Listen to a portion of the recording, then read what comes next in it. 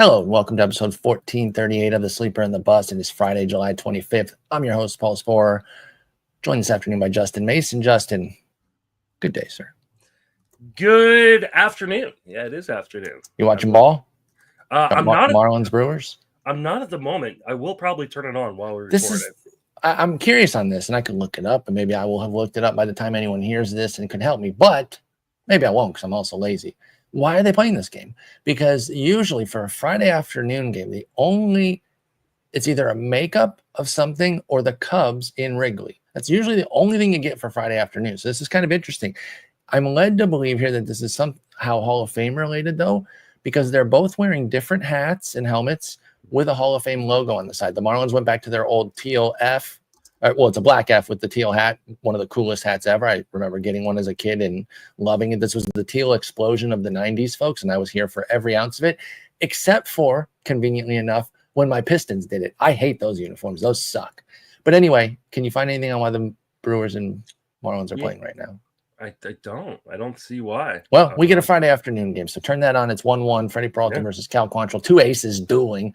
We're going to talk two-step guys here. Not as deep of a board this week. We got some guys carried over who got moved. We're going to have another Richard Fitz conversation. We got an old show favorite returning to the majors and eyeing a two-step here. Eager to see if you're going to be chasing him down this week in Fab. And then a few other interesting names here and there. So let's just get started with Mr. Eduardo Rodriguez going to Detroit and to the Athletics. Ooh, that's tough. And I know the Tigers are playing like absolute garbage right now. And the offense is a huge portion of the blame. Still, high-quality team. They're in a funk. I feel confident that the offense will get out of it. I'm not so sure about the bullpen. So that I still consider that a difficult matchup. And then going to the Athletics. You know, they're 42-62. They have not turned some of that early season flair into anything contending-wise, but you still have to have some nerves going in there. So where are you on Erod going on the road twice to a couple of difficult opponents, even if he's catching one in a downswing? Yeah, this is kind of an interesting setup because on face value, Tigers aren't playing their best ball right now, but they're still one of the best teams in baseball. And then you're going especially against lefties, by the way. I should add. And then you're going to Sacramento, which again isn't a great offense necessarily, but you're still going to Sacramento, and it should be hot at some point, right? It is Eventually. It is supposed to be warmer this weekend, so not like super hot, but warmer. And who knows what players are going to be on this Arizona offense come next That's week. A good point too. They did trade Josh Naylor to Seattle. Now this is one of those 1 foot in, 1 foot out moves that I think that they can still be fully in and do this. Trading a first baseman, Naylor's a good player. I'm not shading him in any way, shape, or form, but this is kind of easily replaced. Like this helps get like Adrian Del Castillo into the lineup more. They can move guys over to first. Frankly, they can move Suarez over to first, I would think, but they might end up trading him. So to your point, they could still be selling or they could be buying. They're starting someone today named Tristan English. Nope. That's the comptroller for Mesa. Yeah, that's not a baseball player. Stop it. We're not playing the game yet. Why are you already playing comptroller or MLB? If we had player? Had more time yesterday, I would have made us play that. With Vlad, that would have been great. That would have been a lot of fun with Vlad. No, Tristan English. So Tristan English, who the hell is that? He is a 28-year-old journeyman. Well, not necessarily journeyman. He's been with Arizona his entire career, but an older prospect in AAA. Been crushing AAA. 13 he home has runs. Been. So they're giving him a little show here. That's kind of nice. I like that, right? Because again, I don't think they know which way they're going yet. I really, really, really don't think this move signifies a full sell here, trading Josh Naylor to Seattle. And so they give English a little run here until they decide what they want to do full-time at first base. Or until Pavin Smith comes back off the IL. There you go. Pavin Smith's been gone on the IL for 20 days with an oblique strain. You got to think he'll be back in a few weeks. So it could just be that then, and they view Smith as the eventual guy there. So Erod could be down some protection there as far as the offense, but even if they trade Suarez, this is still a pretty decent offense that he's taking with him on the road. I think 15s I can probably still get there. Are you getting there in any 12s with Erod again at Detroit Athletics? Okay, I don't think so either. I think I'm going to try to go elsewhere, and I would probably prefer like medium to solid 1-start options over a 2-start Erod. Yeah, I What think even in a 15, like I'm hoping maybe I have better options than this. boy, I know you've got some good pitching staffs out there, so maybe you're just not privy to the dregs that we're dealing with, but I'd be surprised in a 15 Yeah, I if know. a lot of options could necessarily sit him. But you're talking about a guy with a 166 homer per 9. It's been rough. And 2 teams who can, like, yes, Sacramento or the Athletics, whatever they want to call themselves, like, they're not good by any stretch of the imagination, but they do hit bombs. Like, Yeah. like this is a team like. Here's the thing: they're not good as a team. Look up and down that lineup, though. They've only got 2 what I would call dead spots from their full. Yeah. And I'm just looking at BREF where it lists the highest plate appearance at every position. Shea Langoliers, 105 OPS plus. Kurt's been excellent. Urias is 91, which is fine. That's still competent.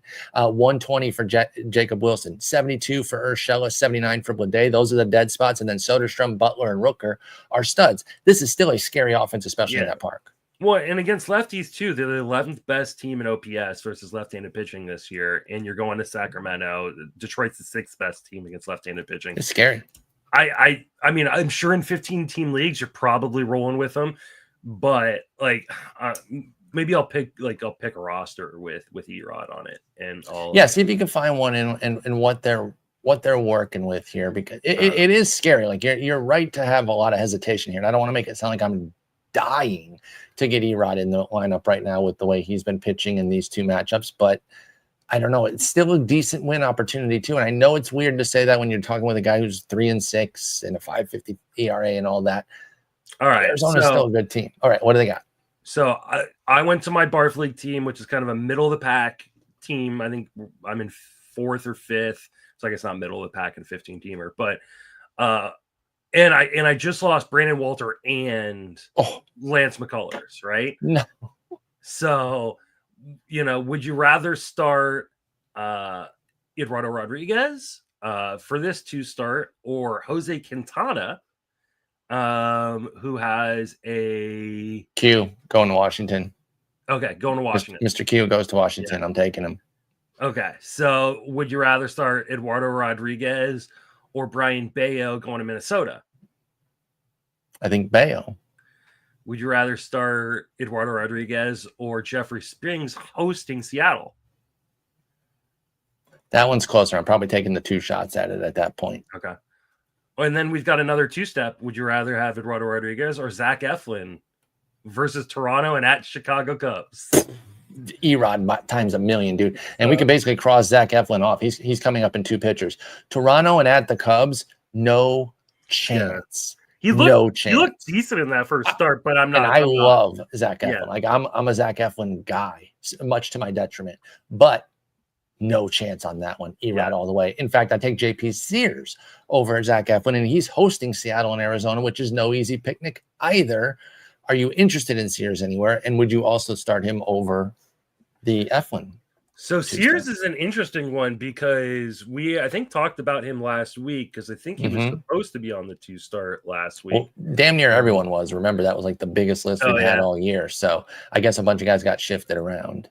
And coming off the break, that tends to happen, right? Yeah. I thought he was one. Oh, no, he's the one who's been way better at. It's Jacob Lopez. It's better at home. So yeah, he's been terrible at home. Sears has. So I don't think I want to do this one.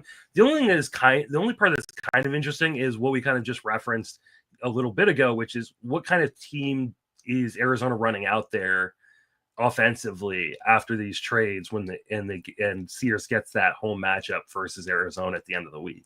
Because the deadline, for those that don't remember, it's Thursday. So Sears and will be getting the detrimental lineup, facing Erod, and Erod will be getting it if they do decide to sell here, which we'll kind of know in the next day or two. Keep in mind, right? Because Eflin's one of these guys who's got a 2-step, but there's a really good chance he gets traded. Oh, that's a great point. He may lose that second start. I don't want either of the starts in front. I don't want either, but this is exactly why one of the reasons why I for sure wouldn't be using him this week is because on top of the fact that these are 2 terrible opportunities, chances are he's not even going to get the second one. Well, never mind. He's got too many years. I was going to ask if Sears can get dealt. He's not a free agent until 2029. I think the Athletics keep it like that.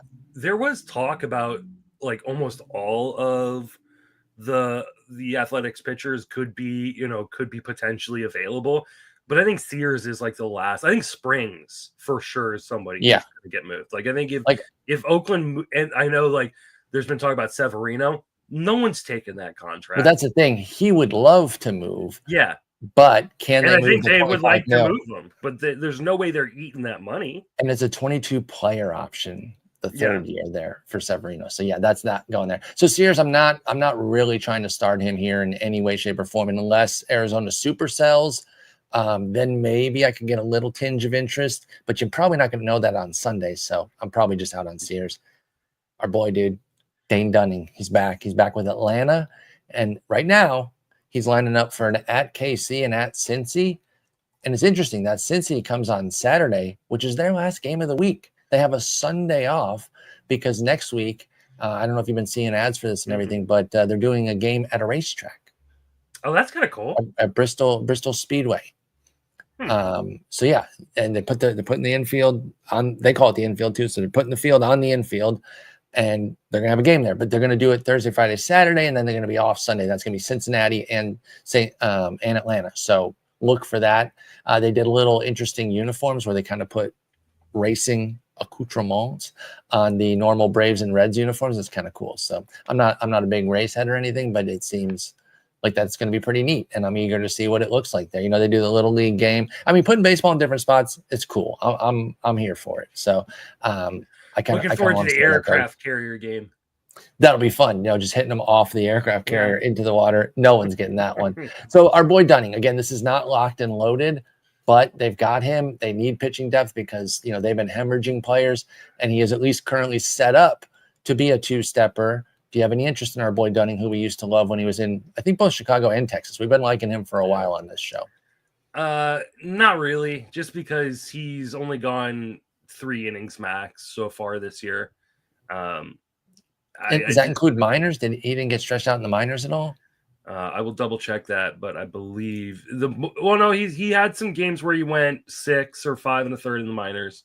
Okay. But the last time he went 5 innings, even in the minors, was May 31st. Oh, okay. So it'd be hard to see both of these being stretched out. Now, would you have any interest in like a stash of Dane Dunning, like where you draft? I don't know if the upside to not use warrants that, right? Yeah. Like Dunning's one of those guys. It's a low strikeout rate, so you're not really. It's not a really massive upside play. Plus, right, and Atlanta sucks. He started with homers in Texas, and Atlanta's, I think, a harder place to pitch for a righty. So no, that's fair. I think that this is more of a watch list and kind of wait and see like how he starts to progress in terms of innings workload, because I do think that he's going to stick in this rotation for the rest of the season. And Dunning could be interesting if he can get to that 5 innings per start kind of workload. But for right now, I don't think it's worth a roster spot. Yeah, I think a wait and see makes more sense right now with Dane Dunning, even if the price will go up, right? Like if he goes out and has a decent week and the price is up, fine. But I agree, you don't want to jump on board too quickly because the upside is pretty limited. Eflin, we already said, heck no, Toronto and at the Cubs. Richard Fitz, he's back in the mix. Now, last week, let me see who he was set to face. By the way, Eflin was on that big show, and he was supposed to get at Cleveland and home to Colorado. So he got screwed here by missing the Colorado start in Camden and now getting put into this Toronto Cubs situation. Eflin was supposed to get at Philly and the Dodgers. And remember, we were pretty scared of that. You didn't really like him all that much in general. And while I did like him, I had some trepidation about the matchups. Now he gets to redo here because he's not going to face the Dodgers. He's going to go at Minnesota and home to Houston. Has your opinion changed much at all on Fitz? And I'll point out, he did not do very well in Philly. So that works in your favor there. Yeah, until I could see him consistently go deep enough into games to win, I just don't know that I'm that interested yet. Another guy I'd probably put on my watch list, and I might even stash him. See, I would stash him before I'd stash Dunning for sure. For sure. I was in on Fitz last week, so yeah. But I just don't think you can use him yet. I just don't think, especially when you got Houston, in Houston. I think that's kind of a dangerous matchup. Not as worried about at Minnesota, but I just don't think he's usable this week in really any format. Yeah, I mean, sub 5 innings in four of the last 3 of the last 4 starts, and he got to 5 2/3 against Colorado, but it's Colorado, which is great, but it's Colorado, exactly. So again, and he didn't even fare great either. Like he was medium against them. He had 6Ks, got the win, but it wasn't like some blazer against them. Yeah. I am okay stashing Fitz. If you are with me, think he can evolve into being better, sure, but I don't know that I'm running the 2-step outside of maybe desperate spots in 15s. Chase Burns. Before you jump over, absolutely. Quick throw a reliever congressman at you. We've got Michael K. Simpson. That's a politician of some sort. Oh, good job! There's a Simpson on the mound right now, and so you found us. That's genius. So I went to the Congress webpage and looked for a Simpson to see if I could get you, but you read through it. So that was a good effort, though. You had me stumped. I'm sitting there wondering, and then great call by doing it with the name of the guy. I didn't even look over here, but if I had seen that it was Simpson there, you probably would have tricked me into saying that it was worth a shot. That was good. All right, so back to Chase Burns. Here's the positive. Back-to-back 10K games. Yeah. That's cool, right? We love to see it. He got trounced in one of them. Yeah. He was pretty good against Colorado, 6 innings, 2 runs, but then 5 2/3, 6 runs, 5 earned at Washington. We're still just really not seeing the consistency. We saw the flare in the first outing against New York, which was awesome. Absolutely destroyed in Fenway. Bounced back decently at Philly, but only 4 2/3. Good against Colorado, who isn't. And then kind of crushed at Washington with the 10Ks being kind of the only salvation there. Where are we on Burnsy? Because Dodgers Atlanta is not easy. And I'll bring up what we like to bring up a lot. The juice is on the back end. Yeah. So if anything happens where he misses out on that start for whatever reason, then he'll only get the Dodgers. So where are you at on Burnsy? Big picture right now after a few starts, and then against the Dodgers in Atlanta at home. I think big picture, this is kind of who he's going to be for the rest of the season, right? Is going to be this guy. Down. He's going to be up and down. There are going to be times where the controller command kind of gets away from him. All being said, though, like I've watched both these last 2 starts, and I don't think that the command was the big issue. A little bit of control problems, but you'll take that with 10 strikeouts in each outing. He got BABIP to death versus the Nationals. Yeah, and that's a great point. BABIP. To like you watching it and saying like, no, the stuff was there, everything was fine. Yeah. Like, there's bad results. The stuff is great. The stuff is really, really good. I do think he's going to be really good long term, but I do think he's probably Burns is going to be up and down kind of all season. And for me, I just don't want to go up against the Dodgers. They're a team that can really make you pay if your command and control aren't sharp. Right. And especially with you saying like that they're doing that, racetrack thing. Maybe they want him to pitch in that, and they decide to push him back a day so he can be a part of that series. So I don't know. Like, wait. No, it's the fall. That'd be good. This week. That'd be good. He's actually already in that series. I think he's pitching. That's right. He's pitching the race car night if they're doing it Saturday night. Like, I don't know if all 3 are there or how that's working. Maybe all 3 are there, but either way, he's in that series. Okay, so hopefully they keep him in it. Yeah, keep him in it. You get Atlanta, who might be even worse than they've been. They could be really bad. That's tempting. That is really tempting. I think this really depends on what your team needs, right? Because you're going to get strikeouts. If you're a team that needs strikeouts, then I think you keep chasing. I think you keep chasing with him. But if you're protecting ratios at all, like I just don't know how you start him against the Dodgers. I think that just becomes. I think it's fair to boil Chase Burns down to a team's need situation right now. And if strikeouts are what you need, and even wins, not that they're a great favorite to win in either game, of course, but Cincinnati's pretty good, and I think they should at least be the favorites against Atlanta, and then they can beat the Dodgers. So I'm okay with going with him. And of course, long term, I'm with you. He's a stud, and I think he'll be frustrating in these early years, but he still has ace upside to me. Slade Ciccone, Colorado, Minnesota, both at home. Part of a team. Now, he's not going to get traded. I'm firm on that. There's no shot. But team around him could with Cleveland. Yeah. So we don't know what the hell's going on here. Does it affect you at all with Slade Ciccone's options? Or is Colorado, Minnesota at home just good enough that you're like, give me Slade Ciccone in 12s and 15s. I think Ciccone has been quietly really good. That's what I'm saying.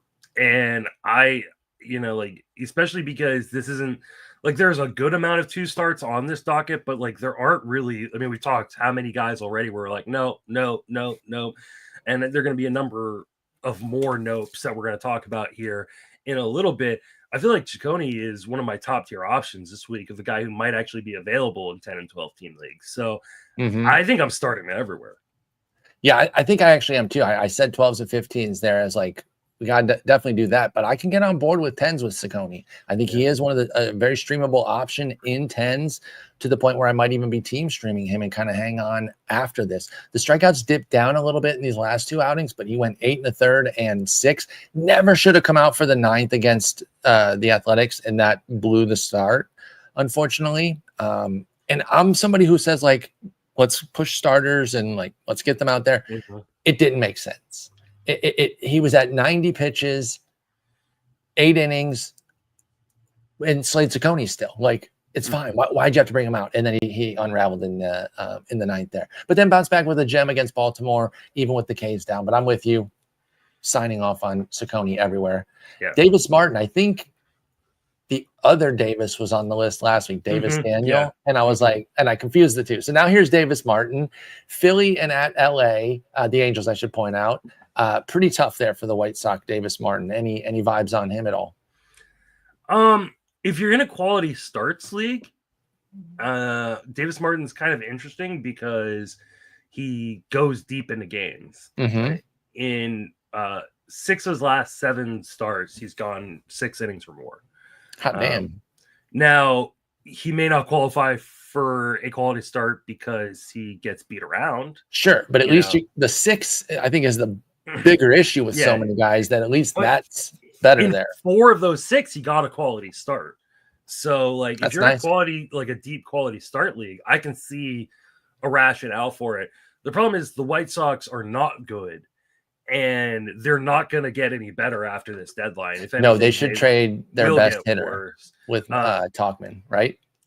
If he's there after the deadline, that's crazy, right? Unless a team just doesn't want him. Isn't it crazy that Mike Tauchman is somebody's best hitter? Oh, 100%. I didn't mean to gloss over that as if that's not the most psychotic thing I've ever said. Yeah, 34-year-old Mike Tauchman. They should trade Tauchman. They should trade Robert and Benintendi. I don't know if they will. Right. But maybe not. Here's the thing. I can well, never mind.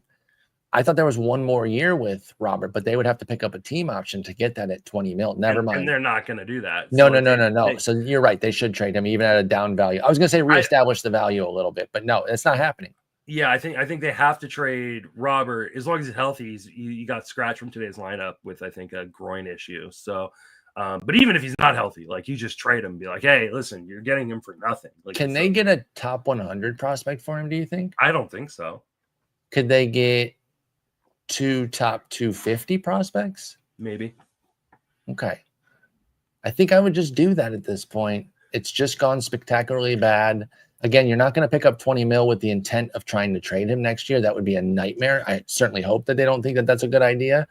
But things have just gone so sideways with him. And I talk about reestablishing value, but like, how much can you really hold out hope for that? Last year was a disaster too. Yeah. And this is one of those things like where we beat up on teams. Like, a lot of people are like, oh, the Pirates should trade Skeens. The Pirates shouldn't trade Skeens. But right. But this is why teams sometimes do trade these guys, like young guys at the peak of if they're not in a contention window, right? Yeah, if they're not in a contention window, because their value can only go down. Like, Luis Roberts' value is only going down every year for like the last 4 seasons. If they had traded him 3 years ago or 4 years ago, they would have got a killing, and they'd be in a way better position today because of it. So I just think after 2023, we have the benefit of hindsight. Oh, of course, yeah. But I don't think, and they looked like contenders. Like, yeah, I mean, no, that was further not for contenders. Yeah, 2023 they were 61 and 101, but he had that huge season, the 38-20 season. Yeah. That's when you do it. You're like, I understand that it's coming off of his best season, and you want to build some hope around him, but that team was still very clearly garbage. Yeah, again, 61 and 101. That was the moment to trade him. Get a banger return, and they just didn't do it. And here's the thing. I will still draft him in a second organization because he's 28 years old next year. Yeah. Luis Robert. Like if he goes to like Milwaukee or some shit, if he shows any signs of life, like if he Right. shows any signs of life, I'll be in next year. He's one of those guys that we're going to keep going on for a couple of years in an organization or two, just because the talent is still rich and he's not old. Edward Cabrera, it might be working his way off this list in a positive way. He's been really good, and I'm not the biggest Edward Cabrera fan, so I was a little slow to get there and make him prove it a bit. But I think he's maybe done enough for even both of us to kind of say, hey, what's up with Edward Cabrera here? This is now 3 full months of work. May, June, and now we're here at the end of July. He'll have at least 2 more starts here, of course, with next week, although one of them might actually be technically August. But he's been great. 69 and a third, very nice innings covering 13 starts, 72 strikeouts, a 2.47 ERA. He's even got 3 wins in that time. 3 of his 6 decisions have been wins. So what's up? 4. He's 4-3 in that time. So what's up with Edward Cabrera? Has he emerged to a set it and forget it? I think he has at this point. Now, I will say this is another one of these guys where he's probably going to get traded. Do you think so? Because if they do, don't they have isn't he the best pitcher to be traded? Because it was Sandy for so long coming into the year, and obviously he has not lived up to the billing. Now, are you sure? Now, this is where we get right back into this Luis Robert conversation. Cabrera's pitching the best we've ever seen for the longest time. 2022 is similar, but this is at more innings, 88 to 72. But that's part of my point. They could get so much back. And again, their competition window is not close. Right. I think now is the time to strike. He has a plethora of injuries, plethora of mechanical issues over the course. Like, you have to cash in on. Do you know how many times he's reached 100 innings? He's never reached. You're damn right. He's never has. So he's 27 in the midst of his best year, which is, again, 88 innings. He's 11 away from a career high. Yes, he's under control till 29. That would be the argument to let's hold him and let's see where this goes. I'm going to go right the other way and go right back to the conversation we just had about Robert. Strike now because their window is not. To be honest, I think he is the only Marlins pitcher or starting pitcher that gets traded. That's the right one to trade. Everything else doesn't make. And actually, you know what? I'm going to pull back a little bit on the window piece. I think they can open a window, and I think a mega Cabrera deal could help that. If they get a big 22 to 25-year-old hitting prospect that can kind of jump into that lineup and really thicken it up in a Cabrera deal, they've shown year after year, regime after regime, that they can cultivate pitching. I think they can replace Cabrera, get a real hitter in there, and push a little bit because they've been pretty good this year. They're only 5 under right now, and tied 1-1 with Milwaukee in the 7th. Like, they're not that completely far away. Now, I know that's going to lead them to wanting to keep him, but I think that means you should trade Edward Cabrera. But more to the point, I do think he's emerged into a must start. At St. Louis and home to the Yankees is a little bit tough, but I don't think I can justify taking him out anywhere. I think that second one, that Yankees start, if they it's gonna get knocked off. Trade him to the Yankees. Yeah, trade him to the Yankees during the series. Yeah, they can just like switch hats, and he can be the Sunday starter against Miami. So right, and then his win potential goes through the roof. I think there's a really good chance that one gets washed, and you just get the St. Louis one. But I do agree. I think Edward Cabrera at this point is a must start, and that's coming from 2 stubborn guys that weren't never liked Cabrera, and we're still nervous about the long term. But right now, he's pitching beautifully. I'm mostly worried about the health. The mechanical 100%. issues have been actually really, like, his mechanics have been really clean this year. The best home run rate of his career, best walk rate of Cabrera's career. I think that Cabrera, from a skills perspective, is fine. For me, it's all about health. He's not been able to stay healthy, and the fact that he's never had 100 innings. Simeon Woods Richardson gets Boston and then a trip to Cleveland. He's been doing all right. Like, this is another guy that's always going to be really tough to get me to go for him because I just don't really see the upside. He's been missing more bats this year. Oh, actually, no, he hasn't. Wow. I was going to give him a little bit of credit there. He's actually down a tick from 21 to 20%, and that's really part of my issue. 4.14 ERA might lure you in, but then you get smacked over the head with a 137 whip, and that's why I'm out on Simeon Woods Richardson. What about you, Justin? Yeah, he's just such a boring pitcher. Like, it's just he is just like the epitome of like a journeyman fifth, right, arm and and he'll be around for 12 years. Like, if his body, it will allow him. He'll bounce to a few teams, and good for him. That's awesome. That's a dope career to carve out. It's just not super fantasy relevant. Yeah, Ever. he's like the epitome of a Toby, right? Like Yep. like I don't really like in a 15 teamer. You're probably rolling with him here especially because you get the at Cleveland. And he has been pretty good lately. Well, actually, he didn't hang out before you go. 5 walks last time out, but it was at the Dodgers, so you shouldn't have been starting him anyway. So you can kind of wash that one off the record for Woods Richardson. I will say though that Cleveland has been one of the worst places to pitch for home runs against right-handed pitching. Like, will they have any players that can hit a home run? They're gonna have some. I know I'm being tongue in cheek because obviously they're not trading J-Ram. Yeah, Santana and Manzardo aren't going anywhere. But yeah, so this is one that could actually blow up in his face if you use them. But like, I don't know how you don't like. I don't even know what sort of offense they're going to trade in Cleveland, if I'm being honest. But yeah, more to the point on Simeon Woods Richardson. Even including the Dodgers blow up, he has a 2.14 ERA in his last 34 innings with 25 strikeouts. They're gonna trade Carlos Santana, right? Oh, they absolutely should to anybody who needs first base. I think that's really and maybe the only guy they can really trade away. Right. And then everything else has to be pitching. But like what pitching are they going to trade?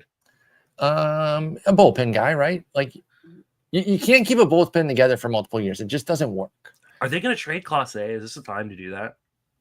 I think that makes a lot of sense, especially for a team like that. I haven't heard any rumors about that or anything. I haven't either, but it's a closer, and they have the next guy. They'll probably trade like a Matt Festa.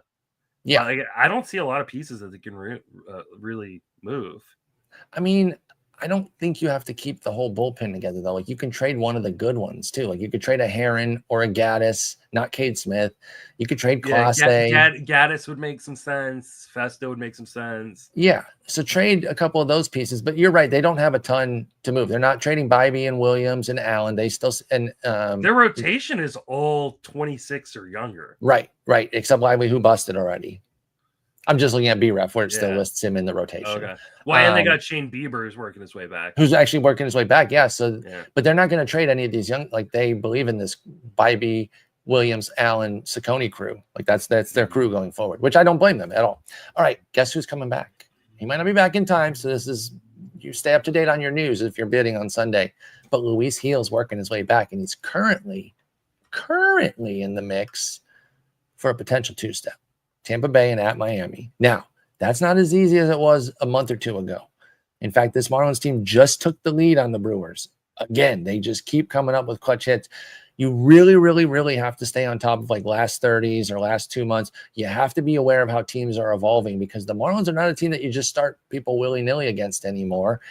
And while I am excited for Gil to return, and if he does make this 2-step, I think I'd rather just stash. So I'm open to bidding this weekend, but I don't think I want to start him against Tampa Bay and the Marlins. Mm-hmm. Yeah. I think I want to wait and see because like even in his last rehab start, he only went 3 1/3. So don't even bid this week, you're saying? I wouldn't mind bidding just to stash him. Yeah, that's where I'm at. Do not start He is a Yankees pitcher, right? And the Yankees are going to win a lot of games. But and he misses bats like crazy. Like, could you? I can also see them making him a bullpen piece, though. Like that would make a lot of sense if they picked up somebody and then moved him into the pen. Especially if they pick up somebody, I think he could easily be a bullpen piece. He could, but I would take the shot this week with Gil, especially if you are in a situation like I am, where you have no money.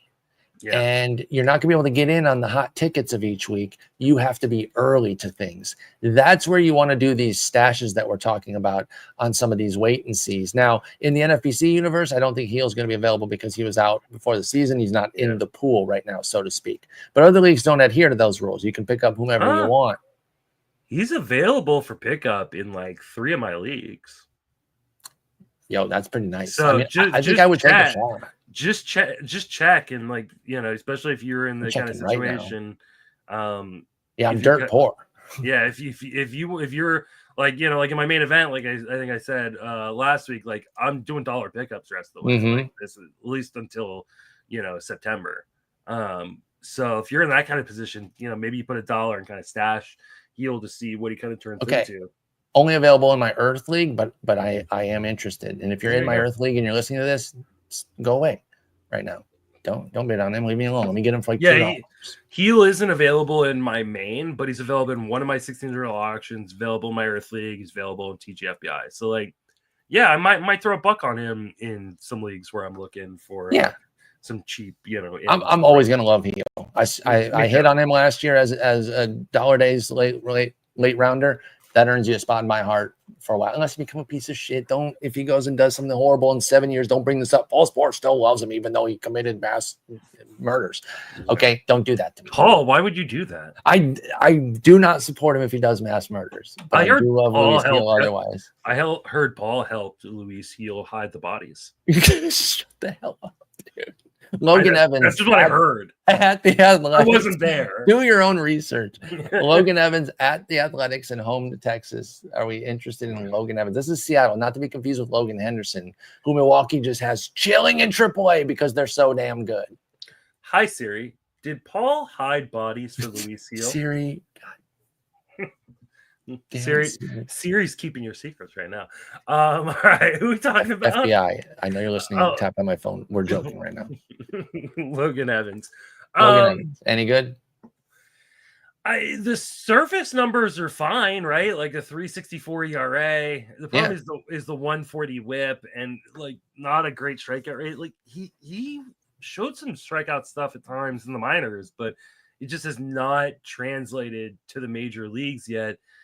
You kind of like the back half of this. Yeah, like this might be a wins chase here. I think that's the only real scenario in which you're doing it because you got to go to Sacramento, which is a terrible place to pitch. So right. And a shaky wins chase, I might add. Like it's a scary wins chase because he doesn't go 5 all of the time. So Logan Evans and Texas has quietly kind of gotten back into this race. Like they're above 500. They're like the Marlins. Yeah, like, don't just go off of your early season perception.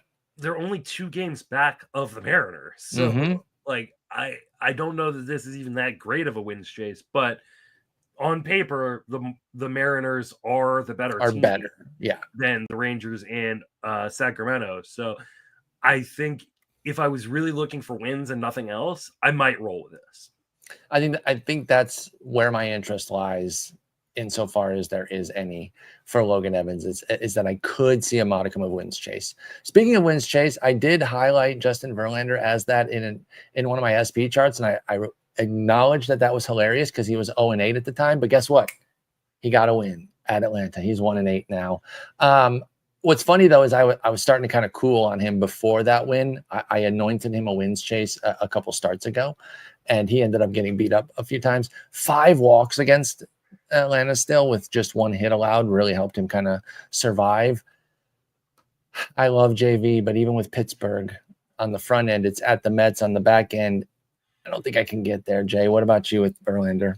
No, I'm not doing this. I mean, the only place I would do this is in like a daily lineup league where I just for the Pittsburgh, and then sit him against the Mets. But even that, like, he just has not looked like the guy we used to know, and the Giants don't give a lot of run support to begin with, and so he's not even a skeleton of what he used to be. Because we're not expecting Verlander to be peak Verlander, right? But be, the watered down version of that, kind of like I think Scherzer is in Toronto. We're not seeing that from Verlander. It's just a little too scary right now. I'm with you. Take the Pittsburgh start in daily leagues, but nothing else. Andre Ponte against Miami and at San Diego. And would you believe me if I told you on March 25th that when we did this on July 25th, the at San Diego would be the much, much, much, much, much better matchup of the two in a Miami at San Diego. Isn't that insane? I don't even know like how San Diego is like doing what they're doing. How do they get any wins, dude?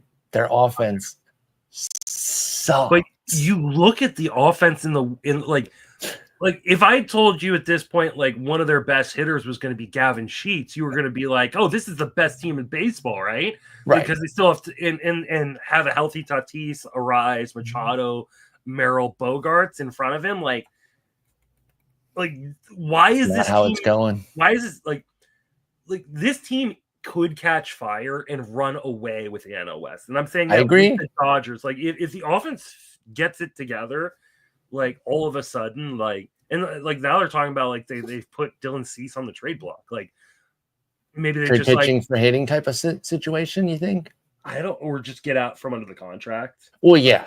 I think they could be looking at it two ways there, but they could also help the current year team by just getting a hitter for him and just do like a straight like when I saw that, deal. I went to the standings. I'm like, aren't they in second place in the division? Yeah, they're in second place in the division. They're They 5 are. games back of the Dodgers. Why are they talking about trading Dylan Cease?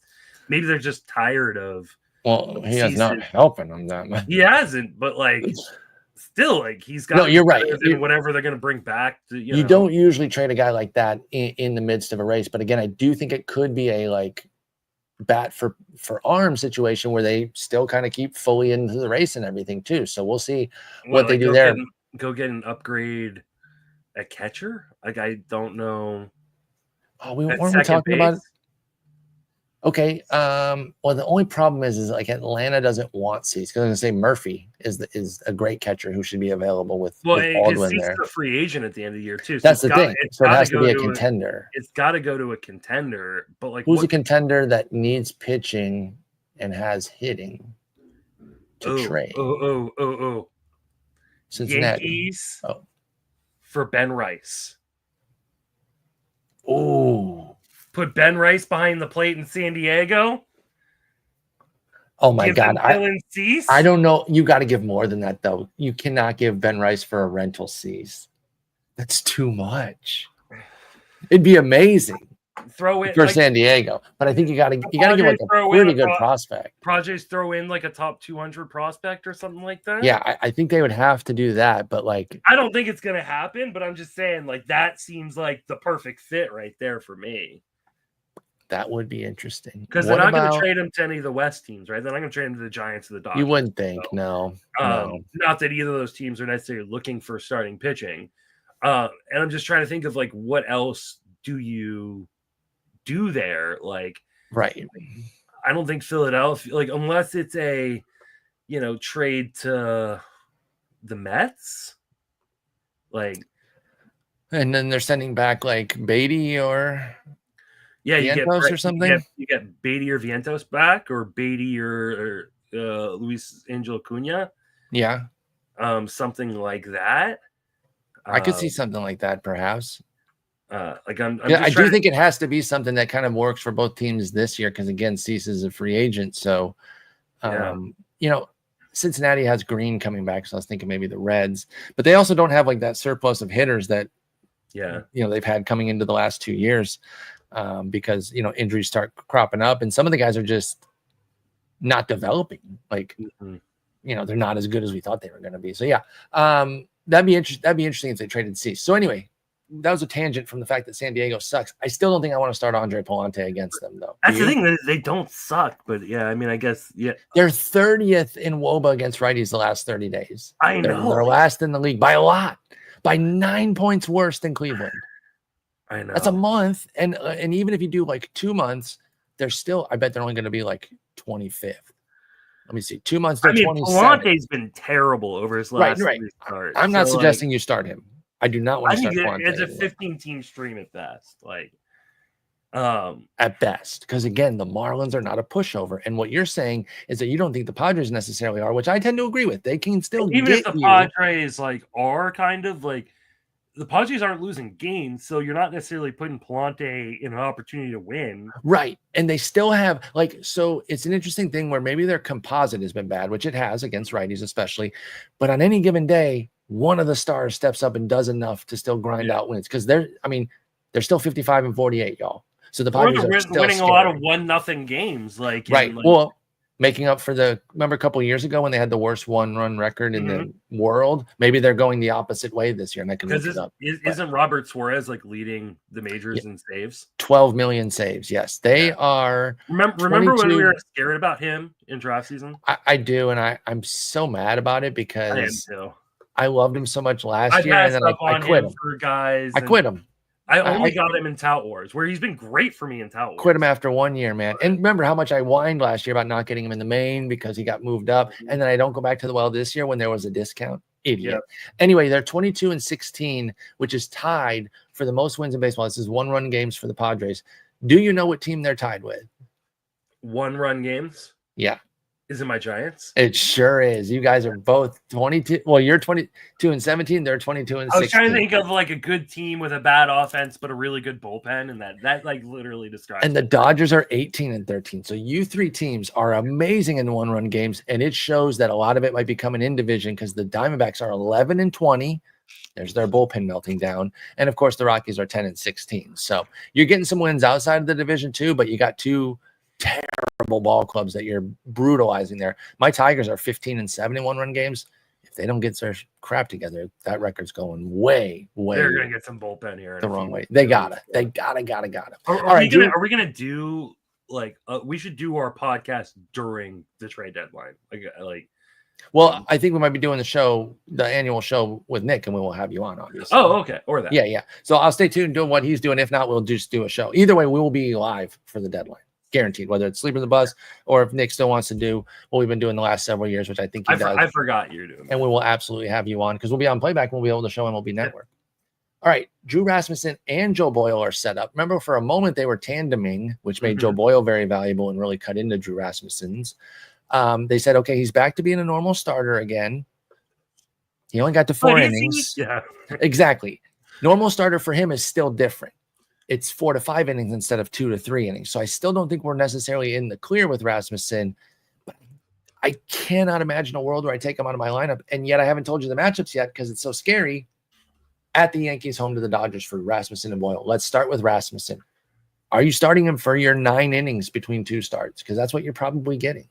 8 to 10 innings. Yeah, I think you're maybe getting 7 or 8 innings. And that's the scary part is if that's all I'm getting, then maybe I don't start him. I mean, it has been over a month since he saw 20 or more batters in a game. And these are probably not the two teams where he's going to be rough. Cruising. Nothing against Rasmussen. He can beat anybody. Love that. There's no bigger Rasmussen fan than me. No, he's awesome. He just doesn't pitch. I'm just not starting him outside of 15-team leagues. Like I think 15-team leagues where it's like my options are, Eduardo Rodriguez or Drew Rasmussen. Like right.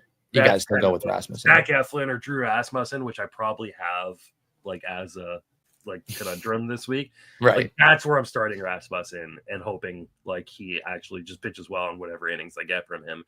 But I think I take the good one start over Rasmussen here. What about Boyle?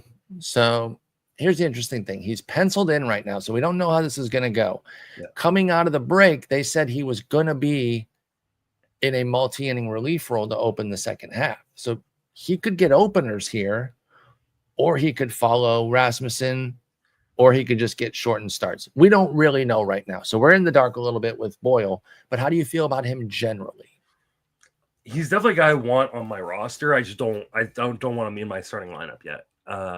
If you knew he was getting followers, would that be an auto start for Boyle? If he was getting if Monday we see on the, if he was a follower. If he was a follower, excuse me. Yeah. If he was a follower. Yeah, I think it would be.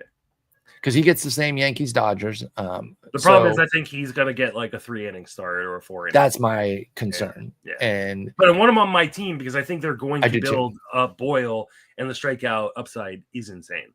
I agree. Yeah, I do want him on the team. He's not a guaranteed start this week.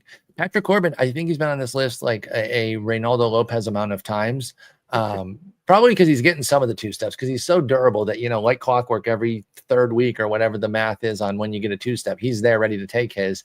But he gets at the Angels and at Seattle, 2 relatively difficult teams, especially relative to where their reputations were coming into the year for offense. We know the Angels can club a bunch of homers, and Seattle's just been solid this year. So Corbin, who himself has been relatively solid, 3.78 ERA, 127 WHIP, that's not too bad. You used to be a mega fan of his. You jumped off that like 7 years ago, which makes sense. But are you back in on Corbin at all in 15s? I think it's 15s only, but what do you have any interest?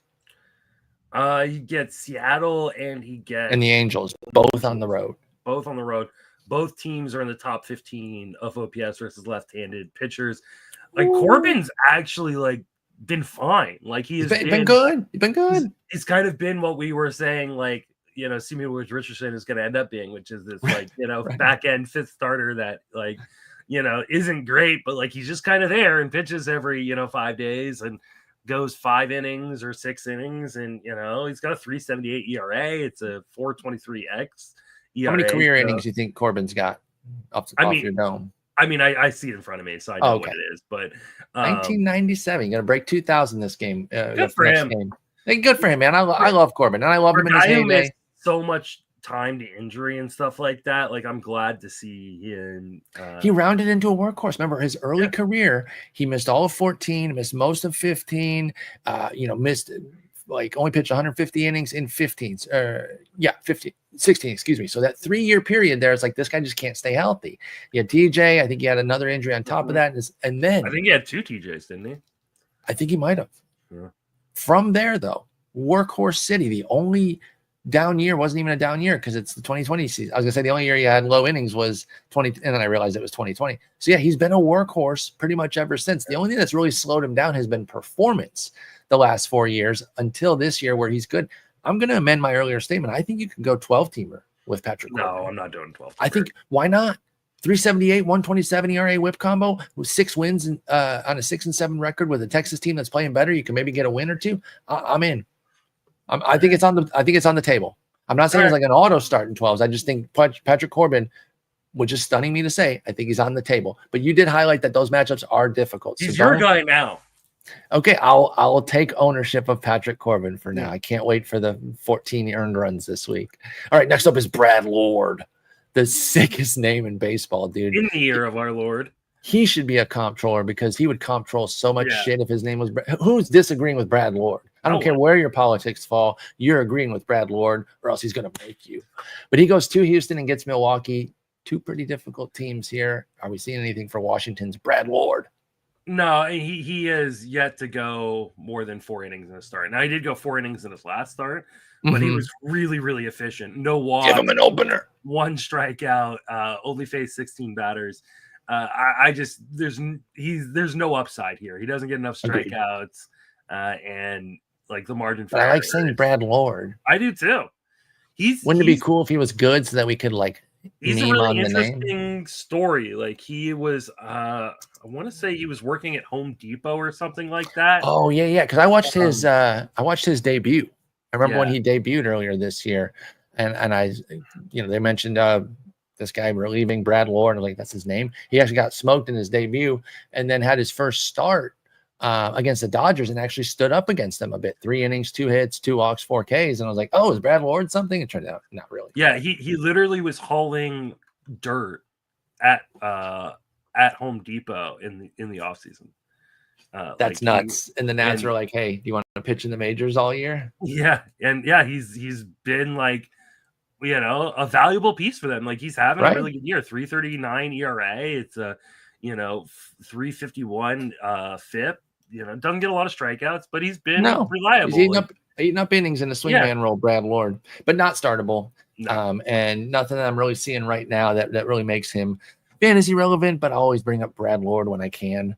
All right, that's it. Again, shorter board this week. Before we wrap up, 2 things. One, First Pitch Arizona, you can go and get tickets for that already. Highly recommend, if you've ever thought about doing it, going and signing up now, getting the discounted rate, and booking a hotel room there. Make sure you book the hotel we're staying at. Like, if you want to stay in an Airbnb close by to save some money, it's okay, but you want to be at the hotel. Everything happens at night. It's just best to be there if you can. Obviously, not everyone. I understand not everyone can necessarily, especially once it sells out. But try to be there if you can. It really enhances the experience.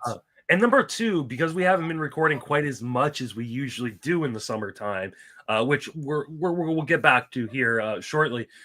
We missed a huge piece of news that's really important to the show, and we never got to talk about it. And that is the retirement of Kyle Gibson. That's right. I'm so glad you brought it up. And you did. He has been an integral part of the show. For those who don't know, he used to mow the grass out in front of Paul's apartment complex years ago. Any time of day, any we week. Could record at 6 o'clock in the morning, or 3 o'clock in the afternoon, or 9 o'clock at night, and Kyle would be there for us. And so I feel like we have to acknowledge that he has decided to hang up his keys and his lawnmower And I got some fantastic messages from folks saying, hopefully your lawn will be in tip-top shape now that he doesn't have baseball distracting him. He put in a hell of a career, man. I still remember when Kyle Gibson was a prospect. We're old. We're at that stage now where you see the entire process of a player's career.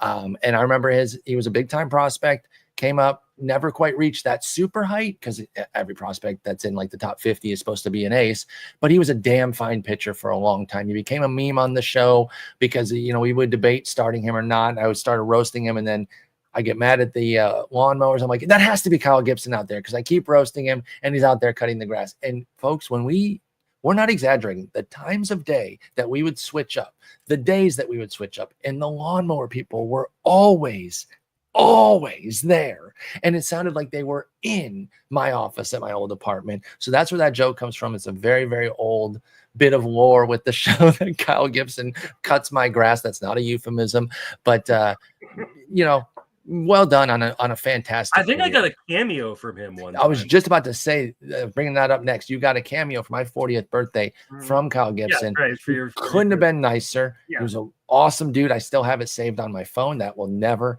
go anywhere. That's one of those things that even when I get a new phone and I know that the cloud works, that you're going to get your data and all that, I have that on my computer so that I don't accidentally just lose that because I was getting a new phone or some crap. Every time I've gotten a new phone since then. In the cameo, I asked him to talk trash to you. And he was too nice to do it, right? He was too nice to do it. Yeah. Nicest dude. Does a lot of charity work. And I think he does a fantasy football. I believe so. I think Trevor Plouffe is because they would have played in Minnesota together, and he always speaks very well of Gibson. And so, all the memes that we've had, it's always been about love. I'll always remember Kyle Gibson. That's one of those players that, like, 20 years from now, people who watch baseball from 2013 to 2025 will remember Gibson, but anybody else you won't. Like, you had to be that moment with pitchers like that. And there's a lot of players like that because you can't remember everyone. Not everyone can transcend every generation. And I love guys like that. 13-year career, grinded it out, 7 with Minnesota, 2 with Philly, 2 with Baltimore, 2 with Texas, and then the one with St. Louis last year when he was pretty good. And it looked like he was going to be decent because he was pretty good last year. And then this year, gas ran out of the tank. I feel like I should go get a Kyle Gibson jersey. I feel like that's off to a great career. If you know what, we should find some and wear him the first pitch.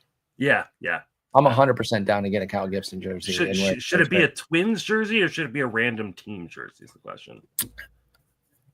I think we should both get Twins jerseys because we'll be both wearing it then, and that plays into Twins. So I think we should just both go with where he's most known and go with Twins. Yeah. Right, so we'll be wearing those in November. In Arizona, Justin mentions first pitch Arizona, so you got to be. I guess since we're doing these kind of shout outs real quick, even though I'm the person that brought it up, Sean Bouchard was DFA'd today, right before the show. Another one, pour some out. And like a bunch. Go ahead, tell the story. Won me like $10,000. What is it, a couple years ago now? Without even being on your team, right? There was something that he did that impacted you.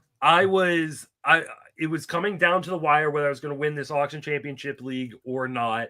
I was going to get second or I was going to get first.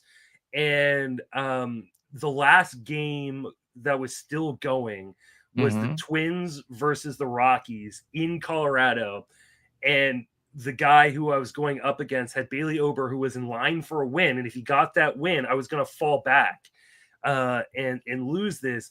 Amazing. And Sean Bouchard hit a home run off of Jorge Alcala in the 8th inning of that game. 2 outs. To secure me the victory in that league. And so, and I bought the Sean Bouchard jersey. I've got it. It's a sick jersey. Say what you want about Colorado. Their jerseys. That's what sucks about them sucking. Their gear rules, dude. Their gear and their park rule. Get them new ownership and let that be one of the crown jewels of the sport. That's the most frustrating part. So hopefully he latches on somewhere and goes on to have a good career somewhere. But listen, it sucks getting DFA'd. But maybe getting DFA'd from Colorado wasn't the worst thing ever. And maybe this time is not bad because with all the movement of trades and everything, maybe a spot will open up where a team says, hey, Sean Bouchard on the wire there. Let's go ahead and scoop him. But I love stuff like that's what I love about fantasy. A guy that is maybe in a little bit of a Josh Gibson type tier, maybe even a little bit lower, that is memorable in the fantasy world is Josh Towers. And that's the Colton and the Wolfman. he's like their Kyle Gibson because of what he was able to do down the stretch and won them a league. They ended up wearing his jersey, and they still have it, his jersey that they wear. So I just love that about fantasy, is those bit players that become heroes. And Sean Bouchard, and I just love that villains, he wasn't even right. Well, yeah, but I have a lifelong vendetta against Gregor Blanco for scoring 4 runs in the last. But you're not a season. freak that like berates him on Twitter about it, though. Like, let's keep it in perspective. Okay, so I did have a running hashtag that was "fuck Gregor Blanco," but okay, were you tagging him? I never tagged him in. Okay.